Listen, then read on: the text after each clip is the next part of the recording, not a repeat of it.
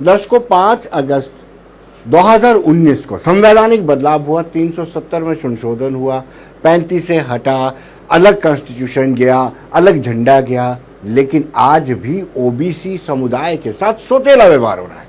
अगर उन्होंने सेंटर की नौकरी में अप्लाई करना हो तो उनको ओबीसी का सर्टिफिकेट मिलता है और 27% आरक्षण मिलता है। लेकिन अगर जम्मू कश्मीर में, हमने ये सोचा था कि अब बदलाव आया है, कोई अंतर नहीं रहेगा, किसी की स्टेट में अंतर नहीं रहेगा, लेकिन जम्मू कश्मीर में आज भी ओबीसी समुदाय जो है सौतेले व्यवहार, सरकार के सौतेले व्यवहार का शिकार है।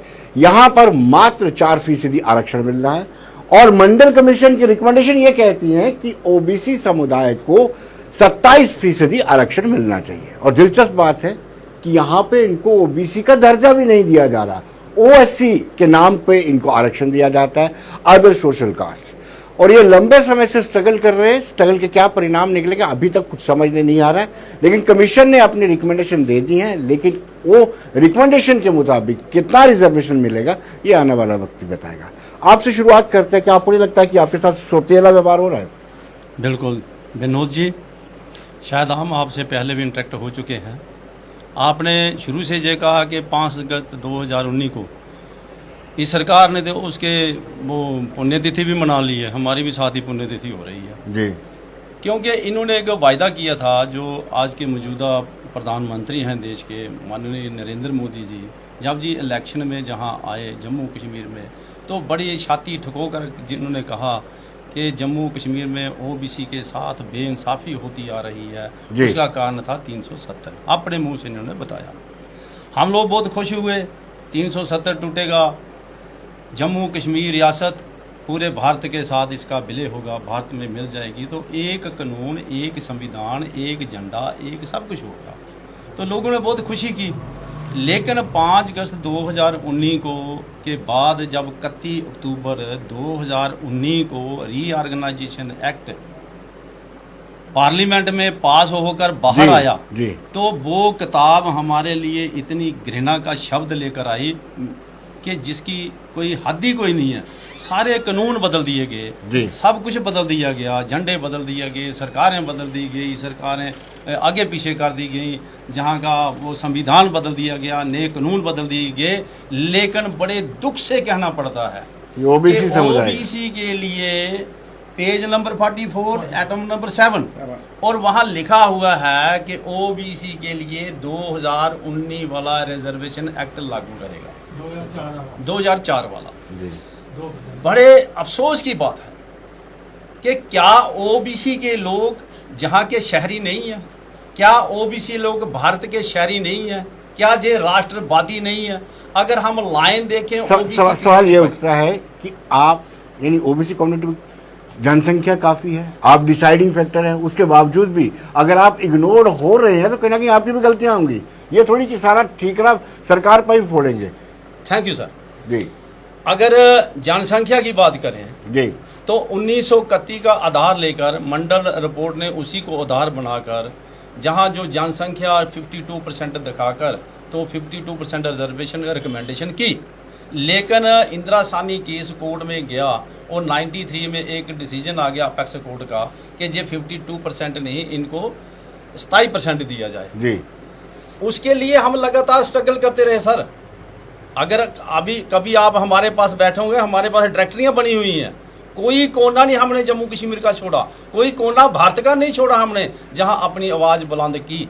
लेकिन सुनने वाले के अंदर ईमानदारी होनी चाहिए। क्या ईडब्ल्यूएस के लिए जब 10% लागू किया, किस कोने से आवाज आई? आप ही बता दो मुझे, किसने प्रोटेस्ट किया? आप बता दो मुझे, सवाल मुझे तो आपने पूछा, आप बता दो किसने प्रोटेस्ट किया, किसने मांगा? उनके लिए 10% अब रातों रात और 48 हावर्स में लागू कर दिया पूरे भारत में, और बाद में कहते हैं गरीबों को 10% रिजर्वेशन देगी। मुझे ये बताओ कि गरीबों की कैटेगरी क्या है? क्या किसी जात के आधार पर गरीब होता है या किसी के इनकम लेवल पर गरीब होता है?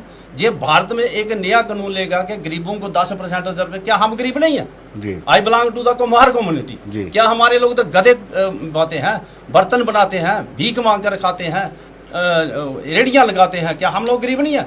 आवाजें हम उठाते हैं, लेकिन ये सरकारें जो है जे दिल से बेईमान है, जो जे करवाना चाहती है हमारे समाज से, जी, वो जी। हम नहीं करेंगे। कलाक नेवर रिवर्स, जी। हम गर्दन बड़ी कटा बात है, देंगे, जी। लेकिन वो कलाक नेवर रिवर्स वो वापस नहीं जाने चलिए, देंगे। आप शायद आपसे- इनको किसी जी। किस्म का जी, कोई जी, शिकवा जी, होगा। जी। धन्यवाद। आपसे जानना चाहते हैं कि क्या वजह आपको लगती है कि क्यों आपको निगलेक्ट किया जा रहा है? 5 अगस्त 2019 को जब ये abrogation of article 370 and 35A जहाँ पर ख़त्म हो गया, तो उसी के साथ इन्होंने इसमें लिखा है, ये एक गवर्नमेंट एडवर्टाइज मैंने पकड़ी हुई है जिसकी 3 सितंबर 2019 को निकली हुई है, सब अखबारों में आता था, हर हफ्ते आता था। तो उसका एक पेज है, लिखता है single constitution for the entire country, how will Jammu Kashmir and Ladakh benefit. देखिए हमारे ओबीसी के लिए इन्होंने लिखा है benefit to the scheduled caste and OBC. उसकी ओबीसी की लाइन है, OBC in J&K to get their due in employment and education, they will get full benefit of reservation now like in the rest of the country। जी। 3 साल हो गए, 3 साल मना रहे हैं हम, जी। 3 साल हो गए जहां पर हमारी जो रिजर्वेशन है, ये गवर्नमेंट एडवर्टाइजमेंट है जम्मू एंड कश्मीर की। जी। तो ये एक रिटर्न गवर्नमेंट की तरफ से। तो देखिए अभी हमें कुछ नहीं मिला, हमारी 2% रिजर्वेशन थी जो इसका रीऑर्गेनाइजेशन एक्ट में जो इन्होंने डाला, 2% थी। अब इन्होंने 4 की हुई है, 2020 अप्रैल से 2020 अप्रैल से 4% है अंडर ओएससी स्टेट के अंदर। अदर सोशल कास्ट, अगर सेंटर का हमें सर्टिफिकेट बनाना है वो हमें ओबीसी मिलेगा, उस टाइप से रिजर्वेशन का हम उधर क्लेम कर सकते हैं। और ये रूल दोनों डिफरेंट है। जो इनकम है यहाँ पर होल ऑफ द फैमिली ली जाती है स्टेट के अंदर, और ऊपर से क्रीमी लेयर भी उसको लगाई हुई है। 4% रिजर्वेशन क्रीमी लेयर लगाई हुई है, और 8 लाख की इनकम जो है वो सारी फैमिली, चाहे वो मजदूरी करता है वो सबका काउंट होगा, जो अपने हमारे राशन कार्ड के बीच में जो जितने भी मेंबर होंगे सबकी काउंट होगी। तो ये बड़ी बेइंसाफी हमारे साथ, हमें बार बार हम गवर्नमेंट से बेइंसाफी हो क्यों रही है सर? आप ये मान चलते हैं कि आप स्कैटर्ड हैं, डिवाइडेड है, अगर यूनाइट होते तो?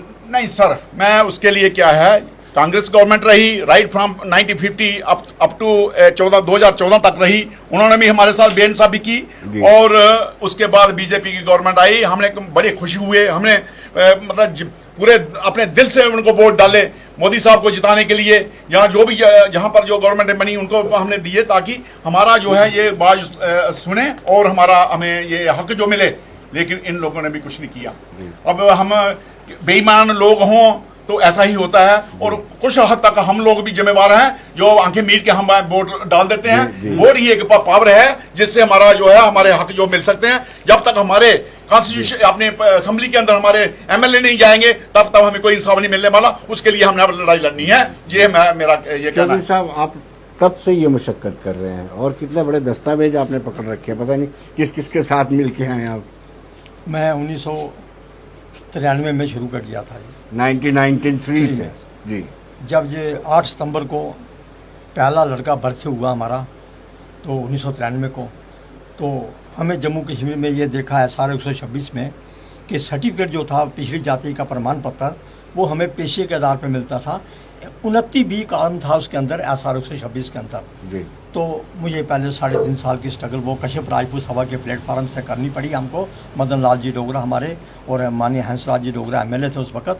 तो जद्दोजहद करने के बाद 24 मार्च 1998 को ऑर्डर हो गया। तो मतलब कहने का कि संघर्ष करते करते बड़ी देर हो गई आज हमको भी वो 27% रिजर्वेशन के लिए। सर ऐसा है कि मेरे साथी ने बिल्कुल ठीक कहा कि state reservation act 2004 will remain in force, ये रीऑर्गेनाइजेशन एक्ट में लिखा हुआ है बिल्कुल साफ। जी। तो सर इसके साथ ये लिखा हुआ है ABCD अमेंडमेंट्स की हुई हैं, वो वीकर सेक्शन के लिए हैं। वो EWS ब्रैकेट में लिखा हुआ है other than SC ST and OBC उनको नहीं मिलेगा। लेकिन सवाल ये पैदा होता है कि जब आपने ये रीऑर्गेनाइजेशन एक्ट में लिखा, राज्यसभा में पेश किया, तो फिर आपने 27 जनवरी 2020 को होम मिनिस्टर जी लोकसभा में कहते हैं कि अब ये जो अमेंडमेंट की हमने EWS के लिए, ये हम वापस लेते हैं। तो भाई जब वापस लेते हो, क्योंकि ये सेंट्रल कानून बन चुका है, अब ये जम्मू कश्मीर में डायरेक्ट लागू है। तो इसके लिए नेशनल कमीशन जो हमारा दिल्ली में है, उन्होंने भी 28 दिसंबर को यही कहा। हमारी हीयरिंग थी वहाँ पे, हीयरिंग में यही कहा उन्होंने भाई जब वो कानून सेंटर कानून बन गया था, ये भी सेंटर कानून था, सुप्रीम कोर्ट की जजमेंट थी इसके ऊपर, तो ये क्यों नहीं डायरेक्टली लागू हुआ साथ में जी। उनके जो कमीशन बनाया हुआ है। सबसे बड़ी बात है EWS के लिए कोई कमीशन नहीं बनाया, कोई आबादी कैलकुलेट नहीं की। सबसे बड़ी बात कि मैं आज कहूँगा कि एक मीडिया में मैं सुन रहा था, रवीश कुमार जी बोल रहे थे कि मोदी जी ने अपनी तगमा लिया हुआ झूठ का। जी सही बात है, मैं साबित करूँगा सर आज। नहीं, अगर इकोनॉमिकली वीकर सेक्शन को रिजर्वेशन मिलता है तो मुझे लगता है आपने अपने राइट्स के लिए लड़ना चाहिए, उसकी उस पर आपत्ति क्यों जाहिर कर रहे हैं? मेरी ये समझ से बाहर है। सर हमने कोई आपत्ति जाहिर नहीं की। हमारा ये कहना ये है, हमारे लिए आपने 8 कमीशन बनाए, गिजेंद्र कलका कमीशन, वजीर कमेटी, फिर आनंद कमेटी, फिर उसके बाद के गुप्ता कमीशन, उसके बाद परमानेंट कमीशन जम्मू कश्मीर के अंदर, और अब सोशल एंड एजुकेशन 8 कमीशन बनाए। 8 कमीशनों के जो चेयरमैन थे सर, फिर दुख तो होता है ना। हमने उसके लिए बोला नहीं है, हमने एतराज़ नहीं किया, लेकिन अगर आप जो मतलब कहना है EWS के लिए 15 दिन के अंदर कोई कमीशन नहीं बनाना, कुछ नहीं करना, हमारे लिए 8 कमीशन बनाए जम्मू कश्मीर के अंदर, जिनके ऊपर अरबों रुपया खर्च किया गया। और सबसे बड़ी बात है कि 18 नवंबर 2021 को हम पहले मुर्मू साहब को मिले, 10 दिसंबर 2019 को, और 18 नवंबर 2021 को मिले हम इनके सिन्हा साहब के साथ। इन्होंने कहा कि 15 दिसंबर से पहले ये इम्प्लीमेंट हो जाएगा। आप छाती ठोक के कहा था ऐसे करके मुझे, हमें तीनों DSP साहब बैठे थे, ये चौधरा साहब बैठे थे साथ, और छाती ठोक के कहा उन्होंने कि 15 दिसंबर से पहले ये इम्प्लीमेंट हो जाएगा। जी। तो इसलिए मैं ये कहूँगा लास्ट में भी, ये क्या आपको लगता है क्यों इम्प्लीमेंट नहीं हो पाया? आपको क्या लगता है चौधरी साहब कि क्यों इम्प्लीमेंट नहीं किया गया? सर इन्होंने इम्प्लीमेंट क्यों नहीं किया? सर जब विपक्ष में बैठते थे आप BJP, तो आपने खजूरिया साहब को हमने क्वेश्चन दिया तो असेंबली में लगाया तो 27% रिजर्वेशन क्यों नहीं दी जा रही है। उस वक्त NC और कांग्रेस की सरकारें थी यहाँ पे। उसके बाद अब अपने भारत भूषण जी जो MLA थे रापर दोमाना के, उनको भी मैंने क्वेश्चन दिया, उन्होंने भी असेंबली में लगाया बिल्कुल। तो मेरा मतलब कहने का, जब इसका मतलब यह कि नीयत में खोट है इनके, क्योंकि इम्प्लीमेंट नहीं करना, इनको देना कुछ नहीं है। सर आप देखिए कि 74 साल के अंदर, ये मेरे पास संविधान है, इन्हांस तो किया है 2%। सर मेरी बात में, आप OSC के नाम से 10% भी हमें दे दो, उसका कोई फायदा नहीं है जी, उसका कोई फायदा नहीं है। जब आपने संविधान के अंदर ये आपने डिमांड की है कि OBC के तहत मिलना चाहिए, उसका नॉमेनक्लेचर चेंज होना चाहिए। सर ये पहला पॉइंट ही हमारा यही होता है कि ये नॉमेनक्लेचर चेंज करो, OBC का हमें सर्टिफिकेट मिलना चाहिए और जम्मू कश्मीर की नौकरियों के लिए, लेकिन ये देने को तैयार नहीं है। सर ये संविधान की धारा 243D और T6 है बिल्कुल, इसके अंदर लिखा हुआ है कि पंचायती राज सिस्टम और अर्बन लोकल बॉडीज़ में इनको रिजर्वेशन दी जाए, बैकवर्ड क्लासेस को। लेकिन सर पहले नंबर पे शेड्यूल कास्ट है, दूसरे नंबर पे शेड्यूल ट्राइब है। जब उनका इम्प्लीमेंट कर दिया आपने तो फिर हमारा 6वें नंबर पे था, तो हमारा क्यों नहीं इम्प्लीमेंट किया? मतलब क्या। और 74 साल में आप पुंछ से शुरू हो जाइए, लखनपुर, मैं ये वाली बेल्ट ले रहा हूँ, वहाँ लखनपुर तक चले जाइए, आपको डूंडा OBC का सरपंच नहीं मिलेगा आपको। सबसे बड़ा न्याय हो रहा है ये मतलब डाइजेस्ट होने वाली बात नहीं है। सबसे ज्यादा जनसंख्या भी आप क्लेम करते हैं, 1931 का सेंसस बताते हैं, 52% आप जनसंख्या बताते हैं, और खुद ही कहते हैं कि आपको चुना हुआ एक नुमाइंदा तक नहीं है। वो किसकी गलती है? वो उपराज्यपाल मनोज कुमार सिन्हा की गलती है? नहीं सर बिल्कुल, DC मुर्मू की गलती है। मैं आप पॉइंट पे आ रहा हूँ सर। बात यह है कि वर्ण व्यवस्था जो बनी हुई है हमारे सिर के ऊपर, जाति का जो प्रहार होता है हमारे लिए। आप वार्ड नंबर 19 में आपने भी देखा होगा कि वार्ड नंबर में कैंडिडेट खड़ा किया गया जम्मू में, GMC में OBC का था। BJP के दूसरे लोगों ने क्या किया कि एक अपर कास्ट का वहाँ पे आदमी खड़ा कर दिया। लेकिन यहाँ पे राजकुमार तरखान जीत के आए, वो चेयरमैन भी हैं किसी कमेटी के। सर मैं आपको उस पॉइंट पे भी आ रहा हूँ आपको। अगर 100 में से एक आदमी जीत के आ जाता है तो उसका ये मतलब नहीं है कि हमारा सब कुछ हमारे उसी के साथ हो जाएगा। वो अगर ये मैं 19 नंबर वार्ड की मिसाल दे रहा हूँ, 4 नंबर वार्ड देख लीजिए, राजेंद्र सिक्का जी वहाँ खड़े हुए, उसके खिलाफ वहाँ पे फिर कैंडिडेट खड़ा कर दिया। ओल्ड जानीपुर में खड़ा हुआ, हमने कहा भाई आप ये रास्ता अपनाते हो कि अगर हमारा MLA खड़ा हो जाए कोई, बड़ी मुश्किल से मैं कहता हूँ माननीय हंसराज डोगरा जी को, हमारे जो जीवर बरादरी के, उनको टिकट दिया था एक बार जम्मू वेस्ट, जीत गए थे। लेकिन जब वो जीत गए थे, उसके बाद जब उन्होंने ये सर्टिफिकेट का मसला जब उन्होंने चीफ मिनिस्टर के आगे रखा तो जो बीजेपी के लोग वहाँ प्रेजेंट थे उसमें जनाना पार्क में उस वक्त 6 मई 1997 को जब वहाँ प्रेजेंट थे, उनको ये बात पची नहीं कि हंसराज डोगरा आज अपने समाज की बात करना शुरू कर दिया। और अब उसका आपको मैं रिजल्ट दिखाता हूँ। बीजेपी ऑफिस में कल घूमने चले जाइए, आप लोग देखिए वहाँ सभी एमएलए के फोटो हैं, हंसराज डोगरा का एमएलए का फोटो नहीं है वहाँ पे, जिसने अपनी कुर्बानी दी है पूरी। मैं कहता हूँ अटल बिहारी वाजपेयी जब आए थे जम्मू में कोई रखता नहीं था उनको उस वक्त, लेकिन यह कि हंसराज डोगरा जिन्होंने पूरी सेवा करते थे उस वक्त, सुषमा स्वराज, केदारनाथ साहनी, खुराना, सब यही जो आते थे उस वक्त माननीय हंसराज जी डोगरा। तो अब इनसे जानना चाहेंगे कि अब नेक्स्ट कोर्स ऑफ एक्शन क्या करेंगे आगे, क्योंकि 27% रिजर्वेशन। नेक्स्ट कोर्स हमारा यही है कि हमने ये देख लिया है, क्योंकि जब पार्लियामेंट में ये पास हुआ, मेंटल किसी रिपोर्ट ने भी इसको दिया भाई इनको फिर सुप्रीम कोर्ट ने भी ये डिसीजन दे दिया कि इनको 27% मिलना चाहिए। हमारा हक तो 52% बनता है जो मेंटल किसी की रिपोर्ट कहती है, लेकिन इन्होंने कहा जी ये 50% से हमने रिजर्वेशन ऊपर नहीं देनी है। लेकिन जब EWS को देनी शुरू की तो 50% छलांग लगाते इनको कोई फर्क नहीं पड़ा, ठीक है ना, फिर 60 हो गई।